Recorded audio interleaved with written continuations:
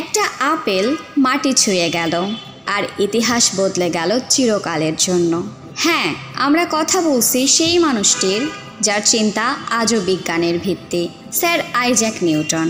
জন্ম 1643 সালে ইংল্যান্ডে। একজন শান্ত স্বভাবের ভাবুক ছেলে। শৈশবে বাবাকে হারান, মা তাকে ফেলে চলে যান। তাই ছোট থেকেই একাকিত্ব ছিল তার একমাত্র সঙ্গী। কিন্তু সেই একাকিত্বই জন্ম দেয় এক অদম্য অনুসন্ধিৎসা। 1665 সালে প্লেগ মহামারীর সময় বিশ্ববিদ্যালয় বন্ধ হয়ে যায়। নিউটন ফিরে আসেন গ্রামের বাড়িতে।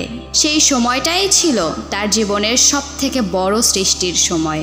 একদিন একটি আপেল গাছের নিচে বসে থাকা অবস্থায় তিনি ভাবলেন, কেন আপেলটা ওপর থেকে নিচে পড়ে?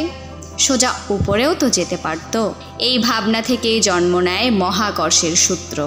শুধু মহাকর্ষ নয়, নিউটনের কলম থেকে আসে গতির 3টি সূত্র, ক্যালকুলাস গণিতের ধারণা, আলোর রং নিয়ে গবেষণা এবং আধুনিক পদার্থবিজ্ঞানের ভিত্তি।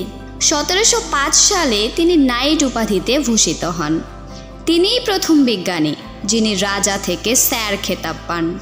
কিন্তু তার জীবনের সবচেয়ে অনুপ্রেরণামূলক কথা ছিল, if I have seen farther, it is by standing on the shoulders of giants.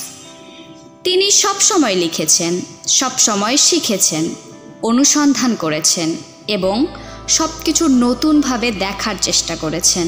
তুমি যখন একা বোধ করো বা চারপাশে সব বন্ধ মনে হয়, ঠিক তখনই হয়তো তোমার ভেতরে জন্ম নিচ্ছে ইতিহাস বদলে দেওয়া কোনো চিন্তা।